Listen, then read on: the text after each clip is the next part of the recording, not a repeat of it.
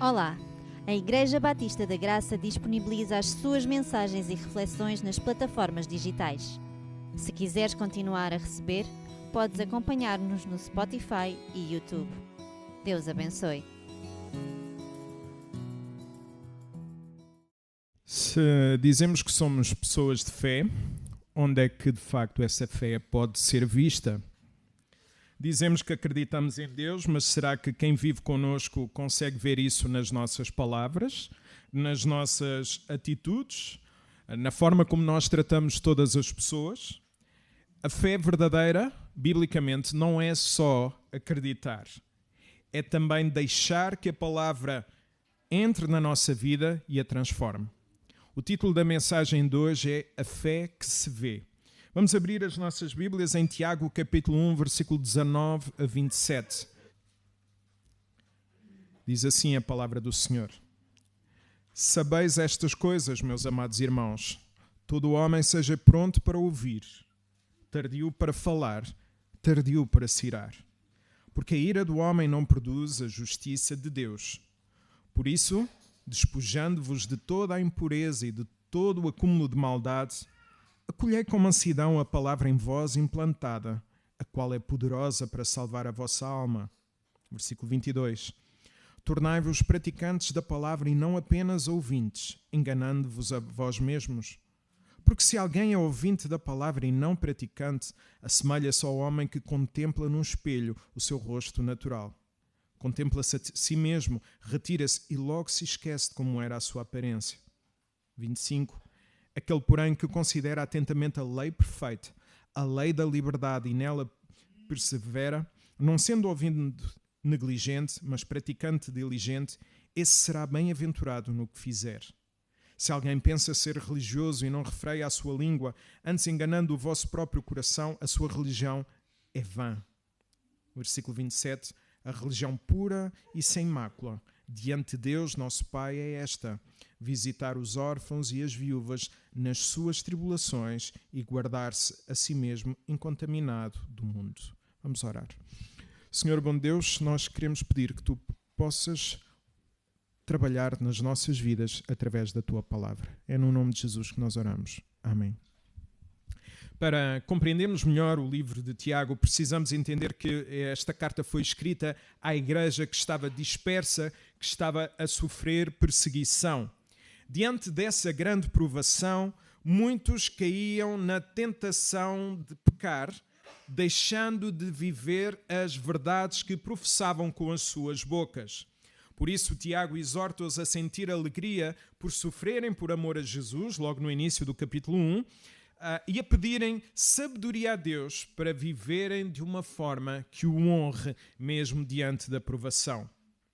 Além disso, podemos ver também nos versículos anteriores que as provações vêm de Deus na medida em que servem para o nosso crescimento, mas as tentações já não são da parte de Deus, porque elas visam a nossa queda espiritual e, consequentemente, a quebra da intimidade com Deus.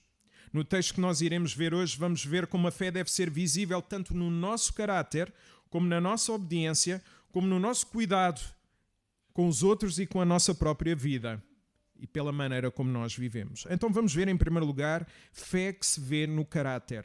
Vamos ler então o versículo 19 novamente. Sabeis, a ideia aqui é compreendei estas coisas, meus amados irmãos. Todo o homem seja pronto, seja rápido para ouvir, tardio, a ideia de ser lento para falar, tardio para se irar ou enfurecer. Diante da provação, somos muitas vezes tentados a mostrar atitudes que não revelam o caráter de um discípulo de Jesus. Tiago mostra-nos neste texto que não há desculpas para que a nossa fé não se veja no nosso caráter. Depois, se formos a ver bem, trata-se de um aspecto muito importante para que haja um relacionamento saudável. A fé deve ser visível na forma como lidamos então com as pessoas, mesmo que possamos estar a sangrar por dentro devido às dificuldades. E isso vê-se quando? Para um relacionamento saudável? Quando estamos prontos para ouvir. Quando estamos lentos ou somos lentos para falar e tardios em irar-nos. Isto mostra-nos algo importante. Precisamos aprender a ouvir. A ter a capacidade de discernir se há necessidade de falar ou até de agir com firmeza. Há muitos livros, há muitos cursos sobre como falar. Poucos há sobre aprender a ouvir. E não há nenhum relacionamento saudável sem a capacidade de ouvir o outro. A necessidade de ouvir é algo que muitos precisam. Ouvir o outro não é apenas dar tempo. Eu, por exemplo, pela graça de Deus, vou tendo tempo para ouvir os meus filhos, mas às vezes não tenho disponibilidade mental para eles.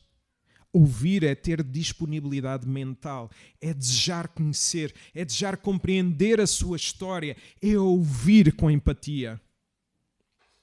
Temos realmente interesse em ouvir os nossos irmãos? Temos realmente o desejo de ouvir e conhecer as histórias dos nossos irmãos? Só ouviremos com atenção quando nos interessarmos de facto pela vida da outra pessoa. E reconhecemos também que ela é digna da nossa escuta. Infelizmente, a tendência natural é rejeitar ou ouvirmos quem nós consideramos inferior ou até irrelevante. E Tiago aqui é claro, a fé deve ser vista pela nossa capacidade de ouvir todas as pessoas. Disponibilidade de ouvir quem precisa. E uma das formas mais reais de sentir a dor do outro é então ouvir. Evitando às vezes aqueles chavões teológicos que tantas vezes nós os dizemos, às vezes até por bem, mas que na verdade produzem mais sofrimento do que alívio. Por outro lado, se for apenas um a falar e o outro sempre a ouvir, a relação torna-se desequilibrada e até desgastante. Não temos a responsabilidade de curar ninguém. Somente Deus tem esse poder. E eu acho que isso é um alívio. Mas temos a responsabilidade de cuidar dos outros com os nossos ouvidos. E ao cuidarmos com os ouvidos também vamos aprender a ter cuidado com as nossas palavras. Ser tardio em falar não significa ficar sempre calado. Se ouvirmos com amor, se ouvirmos com empatia, nós vamos falar com sabedoria. Será que as nossas palavras têm sido reflexo da fé que nós professamos em Jesus? Isto confronta a ideia daquelas pessoas que dizem: o que eu tenho a dizer eu digo. Ou a minha personalidade é assim, tenho que me aguentar. Isso nada tem a ver com fé. Podemos arranjar 1001 desculpas para a ira, mas a verdade é que a ira é quase sempre pecaminosa. Quando falamos sem ponderar, nós estamos a abrir espaço à ira. E muitas vezes então justificamos essa ira com frases como: eu sou assim, eu não vou levar desaforos para casa. As pessoas têm que ouvir. Nós precisamos ter cuidado se de facto isso está a ser revelado à nossa fé. Precisamos de discernir se as nossas palavras estão a ser justas, oportunas e até necessárias. Lembrando que podemos magoar alguém apenas para aliviar o nosso próprio coração. Às vezes nós somos assim. Eu quero dar 2 ou 3 só para aliviar o meu coração. Não importa como é que a Ana vai ficar, o que importa é que eu fique aliviado. Isto não é fé, isto não é amor. A pessoa irada não mede as consequências do que diz. Quando eu me chateio com a minha mulher e ela depois lembra-me aquilo que eu disse, eu nem me lembro de ter dito isso, sim, mas tu disseste. Ainda por cima a memória dela é fantástica, não é? Eu fico sempre a perder, porque eu esqueço-me facilmente. Ela não, ela tem tudo. Não, tu disseste isso. Eu estava irado, eu não me lembro nada disso. Peço desculpa. Então a pessoa irada não mede as consequências do que diz. O seu compromisso é consigo mesmo apenas. Há muita sabedoria em ficar calado. Inclusive, às vezes eu próprio digo a determinadas pessoas que um tolo pode passar por sábio quando fica calado. Provérbios 17:28. Até o tolo, quando se cala, é tido por sábio, e o que fecha os seus lábios é tido por entendido. Ou seja, até o facto de nós ficarmos calados pode ser entendido como sinal de sabedoria, quando nós achamos que é preciso sempre dar uma palavra para tudo. Não é por acaso que nesta época, quando o Tiago foi escrito, a carta de Tiago, havia um provérbio popular que dizia o seguinte: fala pouco, age muito. Fala pouco, age muito. Creio que Tiago menciona a ira em último lugar, porque a ira é o resultado de se ouvir pouco e de se falar muito. Uma pessoa irada nunca saberá ouvir e dificilmente vai falar palavras que façam com que os outros sejam edificados, isto é, que os outros cresçam espiritualmente. Efésios 4:29 é claro: não saia da vossa boca nenhuma palavra torpe. A palavra torpe aqui tem a ver com podre, até era usada para a fruta e para o peixe podre. Não saia da vossa boca nenhuma palavra torpe, mas só a que for boa para promover a edificação, para que dê graça aos que a ouvem. Então esta é uma das provas mais claras da maturidade cristã. Quando falamos, termos a capacidade de transmitir graça àqueles que ouvem. Tiago exorta-nos exatamente nesse sentido, a sermos lentos em irar-nos, porque quem aprende a dominar-se a si mesmo vai evitar dominar os outros. Quem não se domina, domina os outros. E quem aprende a dominar-se tende a não dominar os outros. Por isso, ouve a outra pessoa com interesse. Somos chamados a ouvir. Reflete antes de falares, porque depois de uma palavra dita, já não há volta a dar. Eu recordo mais de uma expressão que a minha mãe teve comigo do que, às vezes, algumas palmadas que eu levei. Porque a palavra tem esse poder. Pensa se as tuas palavras serão mais úteis do que o teu silêncio. Se forem, então fala. Tiago sabia que a ira era um dos maiores inimigos do testemunho cristão. Vamos ver isso no versículo 20. Porque a ira do homem não produz a justiça de Deus. Ou seja, a ira não produz nada de bom, a não ser um alívio pecaminoso para quem a manifesta. Uma pessoa irada revela, através do seu caráter, que não confia plenamente na justiça de Deus e por isso sente a necessidade de: eu tenho que fazer a minha parte, eu tenho que fazer a justiça pelas minhas próprias mãos. Talvez Deus não saiba ser Deus e eu sei, então eu iro-me. Na verdade, a pessoa irada nem sequer quer permitir que a justiça de Deus seja feita. A pessoa dominada pela ira, não tenhamos dúvidas que é um terreno fértil para o diabo fazer a sua obra. A pessoa cuja fé se manifesta no caráter é terreno fértil para Deus cumprir a sua vontade. A quem tens dado o terreno da tua vida para ser cultivado? A ti mesmo ou a Deus? Fazer justiça própria, seja por meio das palavras ou das ações, mostra que a fé ainda não é visível no caráter, pois não estamos a permitir que Deus manifeste a sua justiça. Pensemos, as minhas palavras vão dar glória a Deus? As minhas palavras vão promover crescimento espiritual? Ou fazer a minha vontade, a minha justiça pessoal? Se a ira revela um coração ocupado pelo mal, Tiago convida-nos a cuidar da nossa vida para que isso não aconteça. Vamos ver. Então há que cuidar da nossa vida para que isso não aconteça. Versículo 21. Por isso, despojando-vos, a ideia no original é pôr de lado toda a impureza, todo o acúmulo, abundante maldade. Acolhei, recebei com mansidão a brandura em vós implantada. A ideia do implantada aqui é permanentemente em vós, a qual é poderosa para salvar a vossa alma ou a vossa vida. Então, uma fé visível no caráter é demonstrada pela forma como nós cuidamos da nossa vida, tanto em termos interiores como em termos exteriores. Em termos interiores, Tiago desafia-nos a colocar de lado toda a impureza moral, toda a maldade. Como fazer isso?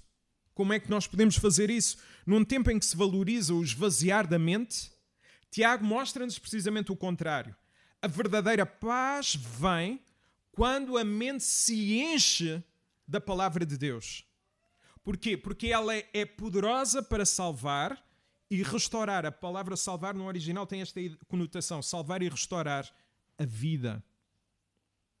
A Bíblia não é um livro comum. A Bíblia é diferente de qualquer outro livro. Porquê? Porque a palavra de Deus ela é viva, é eficaz e penetra o nosso coração, distinguindo e fazendo diferença e mostrando o que é que nós pensamos e porque é que nós estamos a agir assim, de acordo com Hebreus 4:12. Muitos afastam-se da palavra de Deus porque temem o que ela vai revelar sobre o seu caráter. Eu, se quiser viver em pecado, eu não leio a palavra, porque ela confronta a minha vida. Contudo, quero dizer-vos o seguinte: não há transformação sem confrontação com a palavra de Deus. Nós não temos autorização para moldar a palavra à nossa vontade. É a palavra que tem autoridade e tem poder para chegar onde for preciso e transformar o que necessita ser mudado da nossa vida. Sim, a palavra é que vai, chega e muda. Não somos nós que vamos fazer da palavra algo que Marcião fez. Esta parte eu quero, esta parte eu não quero, esta parte eu aceito, esta parte eu já não quero. Uma fé que cuida da vida é uma fé que acolhe a palavra com mansidão, com brandura. Eu aceito, mesmo que seja difícil. Eu vou acolher, mesmo que seja doloroso. A palavra tem sido apenas ouvida ou também tem sido recebida e vivida no nosso coração? Então, em primeiro lugar, nós vimos que a fé deve ser visível no nosso caráter. Em segundo lugar, vamos ver que a fé deve ser visível na nossa obediência. Versículo 22. Tornai-vos praticantes da palavra e não apenas ouvintes, enganando-vos a vós mesmos. Aqui está o verdadeiro teste de fé. O que fazemos com aquilo que ouvimos? Ouvir sem praticar não serve de nada.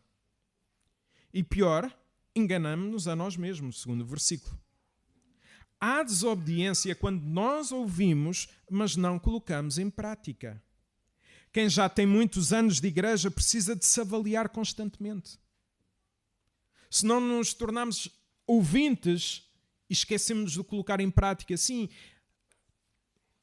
estamos sempre a pregar a palavra, estamos sempre a cantar, estamos sempre a orar e às vezes cria-se rotinas e nas rotinas esquece da prática. Por isso pensa, a pessoa que somos hoje é igual à pessoa que éramos há um ano? Temos mostrado mais Jesus na nossa vida do que fazíamos há 6 meses? Há formas de ajudar a colocar em prática o que nós ouvimos. Primeiro é preciso ouvir atentamente a palavra, acreditar que ela tem poder. É preciso desejar que a palavra de Deus seja pregada. É preciso acreditar que a palavra de Deus precisa de ser lida nos nossos lares. Uma das formas que a mim pessoalmente me ajuda, não quer dizer que ajude os outros, é tirar apontamentos. Perceber onde é que a palavra me desafia. Encarar esses desafios de frente. Volta, meia volta, vou ler aquilo que escrevi para perceber aquilo que o texto me confrontou e se eu de facto estou a fazer as mudanças. Se nós não colocarmos em prática o que ouvimos nas primeiras 24, 48 horas, nós vamos acabar por esquecer. Se nós ouvimos hoje o sermão e não colocarmos em prática nas primeiras 24, 48 horas, nós vamos nos esquecer. E depois às vezes esquecemos do devocional e depois voltamos no domingo, não colocamos em prática e tornamos-nos viciados em cultos. E quando a fé não se vê na prática, acaba com o tempo por desaparecer. Por isso é que às vezes há esfriamento, porque não há prática. E para que não restem dúvidas sobre o que significa ouvir sem praticar, Tiago dá-nos uma imagem muito simples, mas ao mesmo tempo muito poderosa. Versículo 23 e 24.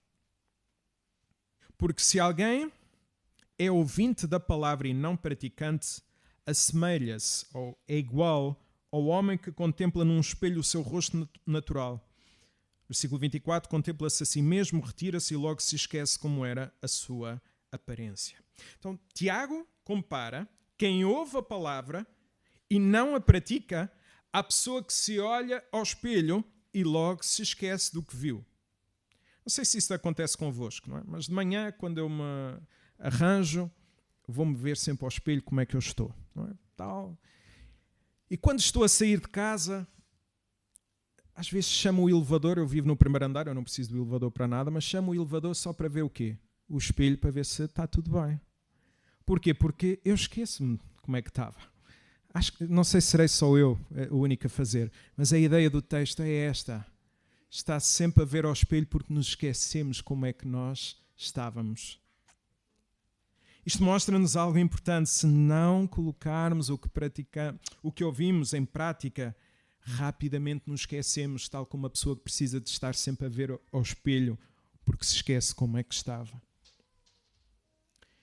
E quando isso acontece, quando nós não colocamos em prática, voltamos novamente vazios. Domingo após domingo, dia após dia.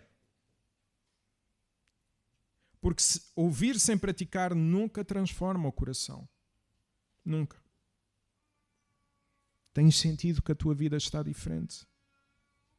Tens reagido da mesma forma aos problemas como antes?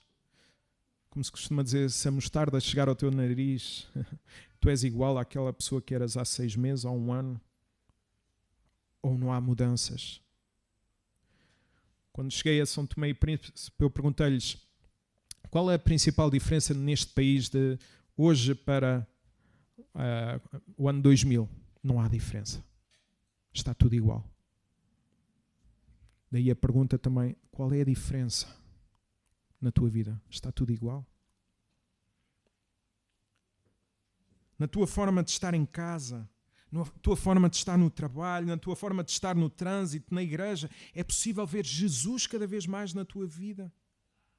Em que prática de santidade acreditas que tu tens crescido? Tens crescido em que área da tua vida?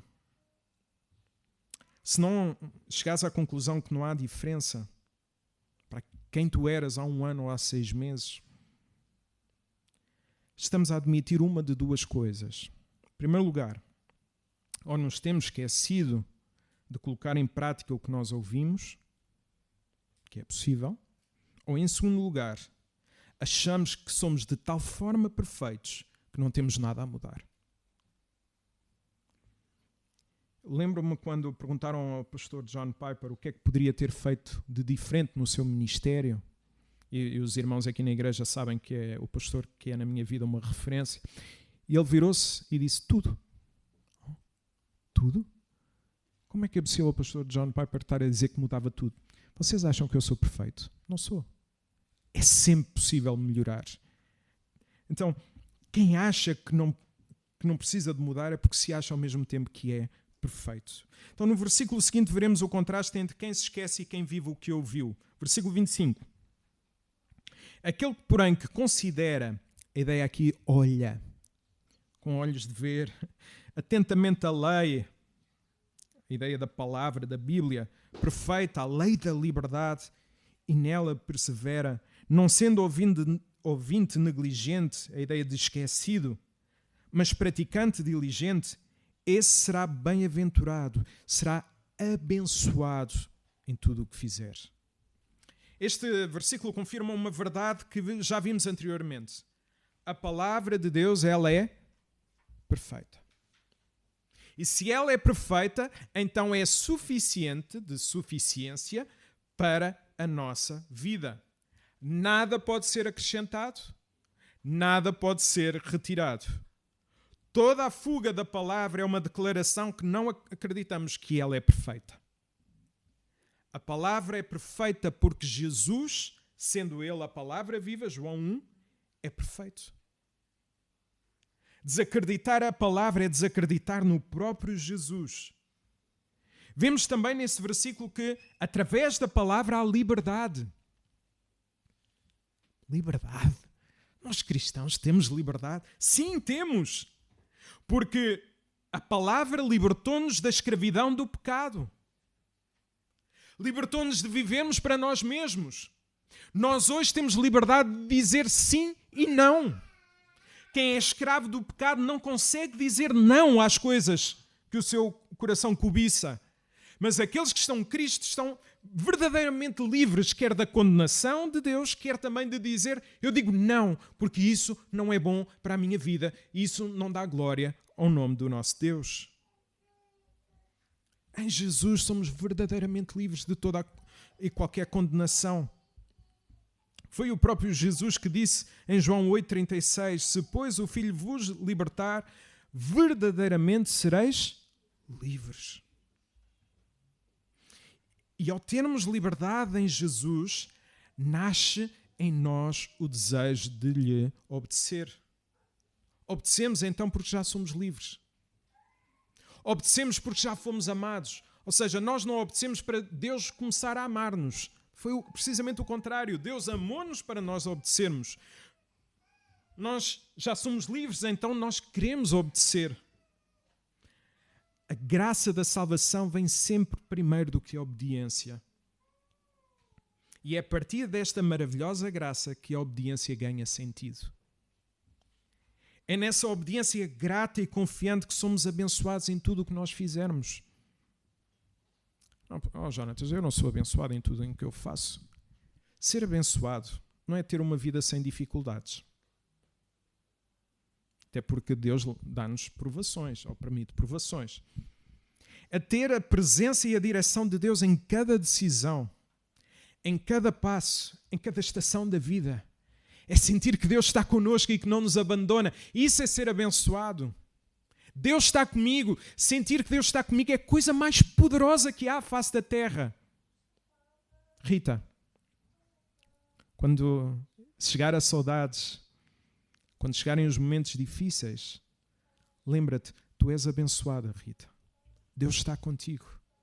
Sempre, sempre. E tens aqui a igreja a orar por ti. De pouco adianta, amada igreja, fugimos desta verdade. A fé vê-se na obediência. Foi Jesus que afirmou em João 15,14: vós sois meus amigos se fizerem o que eu vos mando. Tens sentido a bênção de Deus na tua vida? Temos tido o desejo de obedecer a Deus mesmo quando Ele retira algo que nós desejamos? Seja uma pessoa da nossa vida, seja uma casa, um trabalho ou uma outra coisa qualquer. Tens sentido a bênção de Deus? Temos tido o desejo de deixar de lado o pecado que tão fortemente nos assedia para podermos dizer de forma livre, eu sou de Jesus e por isso eu digo não ao pecado? No versículo a seguir iremos perceber que a fé obediente também se vê na forma como nós falamos, como cuidamos dos outros e de nós mesmos. Então nós vimos, em primeiro lugar, a fé que se vê no caráter. Em segundo lugar, a fé que se vê na obediência. Em terceiro lugar, vamos ver fé que se vê no cuidado. Versículo 26. Se alguém pensa, se alguém presume ser religioso, agora já tem a ver com atividades externas, e não refreia, não controla a sua língua, antes enganando o seu próprio coração, a sua religião é vã, fútil, vazia. Para Tiago, a evidência do cristianismo é ter a língua controlada. Ele repete esta ideia várias vezes ao longo do livro. Até do mesmo capítulo ele repete esta ideia. Não tenhamos dúvidas que a fé de uma pessoa é revelada na forma como ela fala. Pois as suas palavras mostram o estado do seu coração. Queres saber como está o estado do coração de alguém? Faz uma análise das suas palavras. Mas mais, queres ver como é que está o estado do teu coração? Examina as tuas palavras. Jesus é claro em Mateus 12,34. A boca fala daquilo que o coração está cheio. Basta olharmos então para a nossa vida. Quando nós não estamos bem com Deus, a nossa boa maneira de falar acaba. E mais cedo ou mais tarde nós vamos mostrar essa realidade. Se eu vivo mais irritado em minha casa, é porque não ando a descansar em Deus. Um coração irritado é aquele coração que não descansa em Deus. Às vezes a minha esposa diz-me: tens feito o teu devocional? Tens tirado tempo para Deus? É que estás um bocadinho irritado. Não sei se isso às vezes não irrita mais, mas de facto a confrontação é necessária. Ninguém consegue controlar a língua durante muito tempo, especialmente em casa, porque aí não há filtros, não há máscaras. Somos quem somos. Às vezes ficamos cansados do ambiente que se vive no nosso lar. Se nos enganamos a nós mesmos quando não praticamos a palavra conforme vimos, agora também percebemos que nos enganamos a nós mesmos quando nós não controlamos a nossa língua. Não faz sentido, biblicamente, louvar ao Senhor com a nossa boca e depois falar mal e dizer mal, dizer coisas menos favoráveis sobre o nosso irmão. Mais uma vez, Jesus, Mateus 5,22, mas eu vos digo, todo aquele que se irritar contra o seu semelhante terá de responder em seu julgamento. Aquele que insultar o seu semelhante, chamando-lhe imbecil, será julgado pelo tribunal. E aquele que lhe chamar estúpido, merece ir para o fogo do inferno. Esta foi uma das palavras que o meu pai nunca deixou usar lá em casa. Estúpido. A nossa fé precisa de ser visível na forma como nós falamos. Não apenas por sermos tardios em falar, mas pela maneira como nós controlamos o que dizemos. Tem sido a tua língua bênção para aqueles que te rodeiam? Ou a tua boca tem estado carregada de maledicência e de palavras que não edificam? Já pensaste que não és obrigado a dar opinião sobre tudo?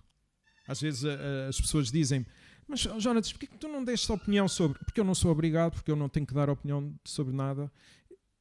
O meu ministério é pregar a palavra, orar pelas pessoas, cuidar das pessoas, e mesmo assim já emito opinião sobre muita coisa.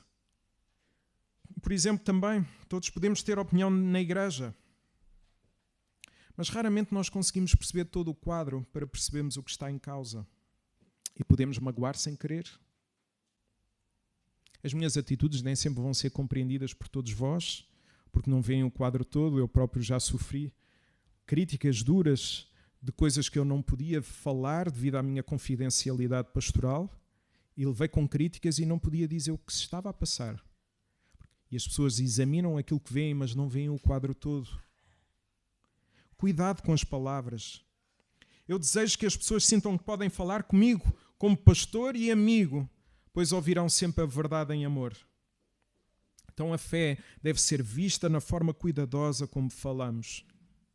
Eu acho que é a forma mais maravilhosa nós mostrarmos que Cristo reina no nosso coração. Quando Tiago fala sobre controlar a língua, não faz apenas nos corrigir, mas restaurar. A língua tem poder para destruir, mas tem poder para sarar.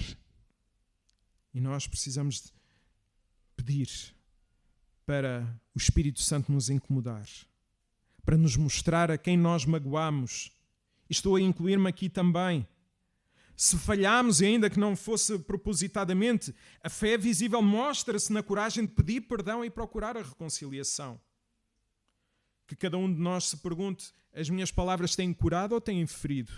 Preciso-me reconciliar com alguém?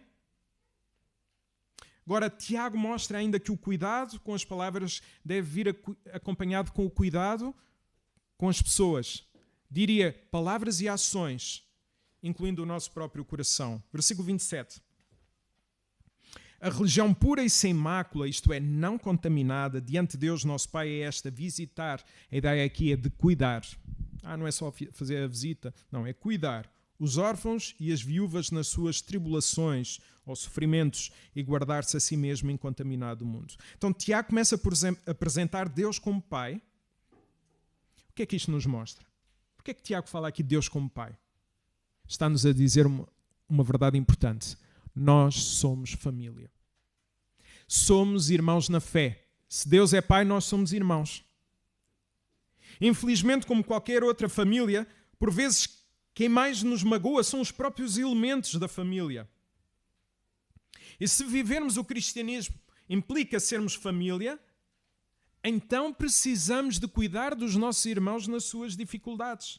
Naquela época, esse cuidado manifestava-se especialmente aos órfãos e às viúvas.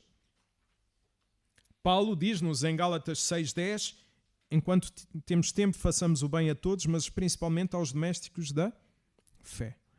Amada Igreja da Graça, nós somos família.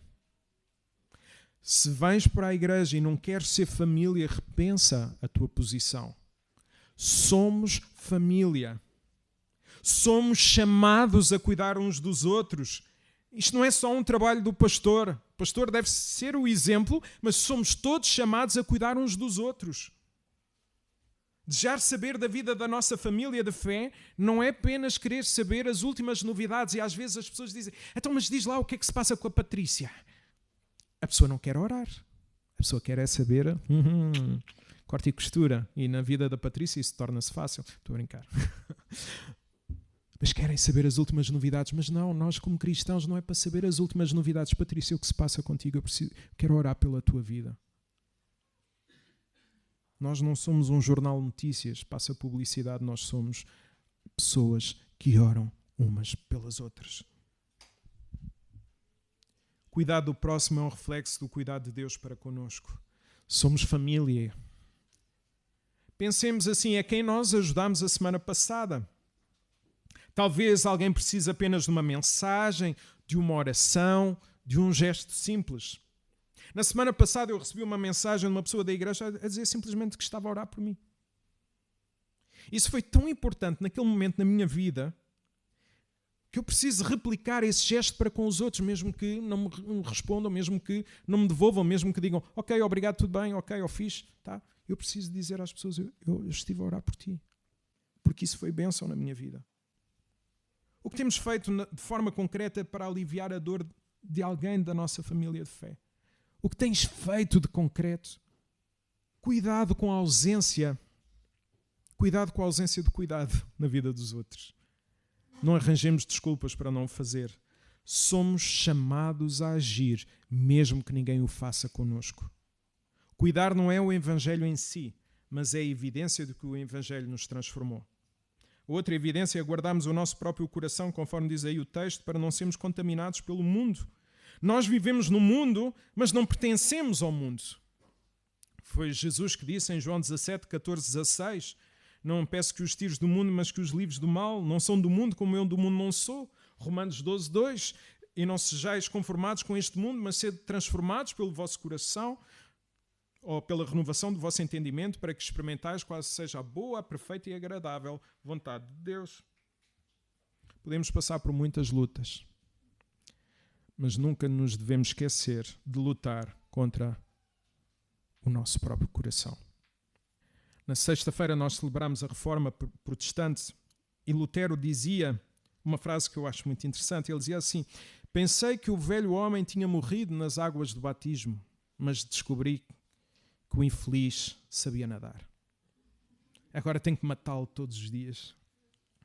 O que é que ele nos mostra? Que a santificação é um combate diário. O velho homem de vez em quando nada. Vem ao de cima e nós precisamos combatê-lo. Vives então no mundo para o redimir? Ou vives neste mundo cada vez mais à sua imagem e semelhança? Por mais falhas possas ver nos outros. E reparem, este é um dos motivos que às vezes me entristece. De pessoas que dizem que são cristãs e que não dão um bom testemunho e que nos envergonham com as suas palavras. Mas por mais falhas que vejas nos outros, lembra-te, o nosso modelo é Jesus. E Ele nunca nos decepciona. Que o Espírito Santo nos ajude a viver uma fé que se veja no caráter, na obediência e no cuidado. Não deixes que a palavra se perca na rotina. Aplica o que ouviste. Que cada palavra, cada gesto, que cada silêncio revelem em quem nós queremos. A fé não é apenas para ser dita, a fé é para ser vista. E quando a fé é vista, o mundo vê Jesus em nós. Amém? Que Deus nos abençoe.